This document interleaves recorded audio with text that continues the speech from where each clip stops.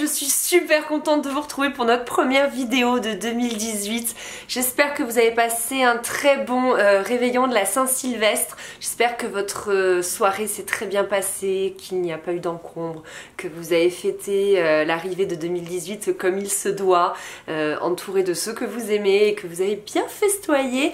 Mais pas trop. Moi ça va, j'ai la pêche et j'avais envie de vous retrouver pour cette première vidéo sur une vidéo bilan de mon bullet journal. Donc je vous avais fait une vidéo où je vous présentais un petit peu le concept que je venais de découvrir, que je venais de m'approprier. Donc je vous remets la vidéo ici si ça vous intéresse de voir un petit peu. Et je vous avais filmé un plan with me. Je sais plus de quel mois, et là j'avais envie de vous filmer celui de janvier.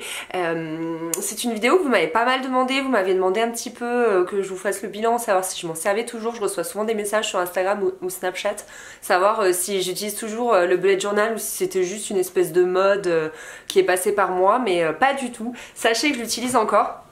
Donc il est là, c'est toujours le même, il a juste un peu souffert, hein. Il y a la tranche qui s'est un petit peu abîmée et surtout j'ai un peu avancé puisque j'en suis là. Donc là c'était tout 2017 et ici ce sera pour 2018. Donc j'avais commencé mon bullet journal en mars 2017 et ainsi j'ai pu un petit peu me tester, m'approprier, essayer des choses, etc. Notamment j'avais fait pas mal de dessins, j'avais fait, je sais pas si vous vous rappelez, j'avais fait des trackers par rapport au sport, par rapport au travail que je pouvais faire, par rapport à si je m'hydratais le corps, c'est-à-dire si je me crémais le corps, mes courses, quand est-ce que je postais sur Instagram, quand est-ce que je lisais et quand est-ce que je passais l'aspirateur. Je me faisais aussi une fois par mois des pages de gratitude. Et enfin, je crois que c'est tout. Ah si, j'ai quelques pages aussi, mes idées de vidéos que je vous ai jamais montrées parce que sinon ça n'a pas trop d'intérêt. Et du coup, au fil des mois, il y a des choses que j'ai pu garder et des choses que par contre j'ai décidé d'arrêter. Donc on va commencer avec ce que j'ai gardé. Donc j'ai toujours ma première double page qui est consacrée au mois entier. Donc je fais des petites cases par jour et c'est vraiment top parce que moi ça me permet vraiment de m'y retrouver. Je mets une petite couleur pour quand je suis en vacances. Et je mets aussi des couleurs si je pars en week-end et ça me permet de vraiment marquer mes rendez-vous hyper importants et j'ai une visibilité sur le mois entier. Moi j'ai besoin vraiment de voir loin, de voir sur le mois. J'ai beaucoup de mal par exemple notamment avec les agendas qui sont avec une feuille par jour, ça me convient pas du tout. Et du coup voilà, là d'avoir la visibilité sur tout le mois entier, c'est vraiment un truc qui me convenait et que je vais garder. C'est quelque chose que je vais garder tout au long de 2018 je pense, parce que vraiment c'est comme ça que je m'organise le mieux. C'est top pour moi, notamment si j'ai des voyages blogs ou des choses comme ça. Enfin faut pas que ça se mélange sur ma vie personnelle. Donc là j'ai pu marquer le voyage que je vais faire à Londres avec mon chéri. Donc voilà, ça me permet vraiment d'avoir une belle visibilité sur mon mois. Ensuite ça commence direct avec les dailies, donc là aussi j'avais besoin que le mois soit collé avec les dailies. Avant je mettais au début des trackers, des choses, plein de petites informations et en fait ça me gênait. J'ai vraiment besoin que mes dailies soient collés au mois parce que comme ça je fais des va-et-vient sans arrêt et c'est vraiment nécessaire pour moi. Donc pareil, il y a la semaine sur une double page parce que j'ai besoin d'avoir une visibilité un peu plus large qu'une feuille par jour. Donc ce que je fais c'est que comme le lundi, mardi, mercredi je travaille pour le blog, ce sont des cases plus grandes parce que j'ai besoin de me faire des to-do list, j'ai plein de choses à noter, des rendez-vous, des choses, puis c'est là aussi du coup j'en profite pour mettre mes rendez-vous médicaux, etc. Que du coup j'ai pas le temps le reste de la semaine. Et vu que le jeudi et vendredi je travaille en dehors du blog, hein, je fais mon autre travail, mon vrai métier, les cases sont plus petites parce que j'ai rien besoin de noter. En fait j'ai un agenda au travail qui est réservé uniquement au travail et puis je n'en ai pas besoin en fait. Donc les jours sont tout petits.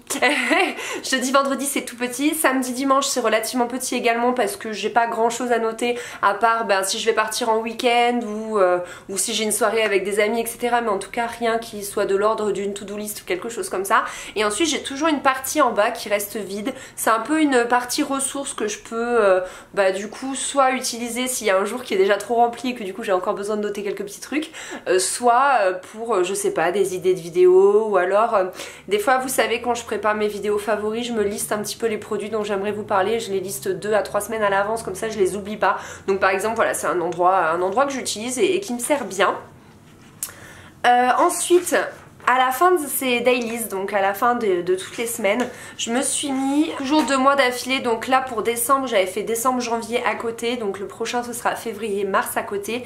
Et ça mais j'en ai besoin, je me le suis créé je sais plus, je crois vers juin.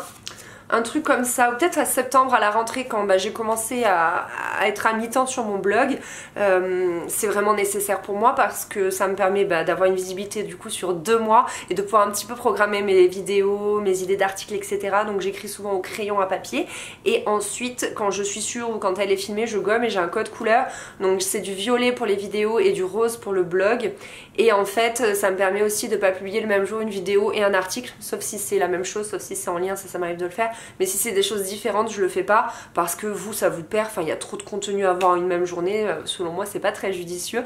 Et notamment si j'ai un petit peu d'avance, je fais une petite croix pour dire que c'est bon, elle est planifiée, elle est prête à être mise en ligne. Donc ça c'est pas mal aussi pour m'organiser un petit peu et voir où j'en suis au niveau de mon travail. Au niveau des trucs que j'ai totalement abandonné, c'est les trackers, parce que pour la simple et bonne raison que le soir je ne prenais pas le temps d'aller cocher, le soir ou le matin d'ailleurs, d'aller cocher ce que j'avais fait, si j'avais passé l'aspirateur, si j'avais fait les courses, si je m'étais crémé le corps, enfin bref. Et c'est pas un truc en plus qui m'est totalement nécessaire, j'ai pas besoin d'avoir du recul là-dessus. Si je me crème pas le corps, et ben tant pis, j'ai envie de vous dire. Je suis un peu lumineuse. Tant pis, j'ai envie de vous dire, c'est vraiment, voilà, pour moi c'est pas essentiel et c'est un truc que de toute façon je zappe volontiers. Pareil, si j'ai passé l'aspirateur, ça m'intéresse pas de le savoir, enfin je le vois si ma maison elle est propre ou pas. Donc c'est vrai que tout ce qui est trackers, j'ai complètement laissé tomber. Par contre, j'aimerais bien réintégrer les gratitudes. Donc ce que j'ai fait en fait, c'est que je l'ai mis en tout début d'année et je veux plus que ce soit une double page de gratitude sur tout au long de l'année plutôt qu'une par mois, parce que je trouve que ça éparpille les choses. Donc je vais vraiment concentrer ça en début d'année. Pareil au niveau du début d'année, je vais garder, je vais mettre aussi des anniversaires. Donc ça je l'avais pas fait en fait, à vrai dire. Je m'étais réservé la place et je l'ai jamais fait. Donc du coup il faut que je le fasse. J'ai fait aussi très tardivement le future log, qui est vraiment top aussi pour s'organiser au niveau de l'année, parce qu'en fait ce qui se passe c'est que si vous voulez je construis mon mois et mes dailies juste un mois à l'avance, jamais plus, parce que si j'ai besoin de changer des choses, de mettre des éléments en plus, des éléments en moins, ça me permet vraiment voilà d'adapter au plus près de mes besoins mon bullet journal. Et du coup il y a quand même des rendez-vous des fois qui sont hyper à l'avance, type chez le dermato, chez le gynéco où c'est 6 mois à l'avance, et ben là je le note dans mon calendrier à l'année, et comme ça là aussi mine de rien j'ai une visibilité à l'année et c'est plutôt pas mal, et notamment quand tu prévois tes vacances d'été aussi, c'est plutôt pratique. De la même manière, en tout début d'année, je vais aussi me garder une double page avec mes idées de vidéos, d'articles, etc. parce que ça c'est très utile. Et là aussi j'avais 2-3 pages qui étaient éparpillées, là je voudrais vraiment tout garder au début. Et enfin il y a 2 choses que je voudrais rajouter, donc ça s'appelle des collections, tout ce dont je vous parle, là où on regroupe les mêmes choses. Il y a 2 choses, je voudrais faire une double page où je note d'un côté les idées de livres que j'aimerais lire et d'un autre côté les livres que j'ai lus, parce que ça permet quand même de savoir où on en est. Et comme c'est pas des choses à remplir au quotidien, je pense que c'est pas des choses que j'oublierai de remplir, parce que vraiment moi les trackers ça me convenait pas. Et je voudrais aussi rajouter une double page où je mets mes envies de voyage, parce que j'ai souvent des envies qui s'éparpillent un peu partout, et là j'aimerais vraiment les noter, type les capitales européennes, des villes que j'ai envie de faire comme Amsterdam, Copenhague, bon Londres ça va être fait, etc. Donc voilà. Et puis après des pays de manière un peu plus large, type l'Australie, je rêve d'aller en Australie, des choses comme ça, aux États-Unis, je suis jamais allée, et enfin voilà. Donc du coup j'avais vraiment envie d'avoir une page sur mes voyages.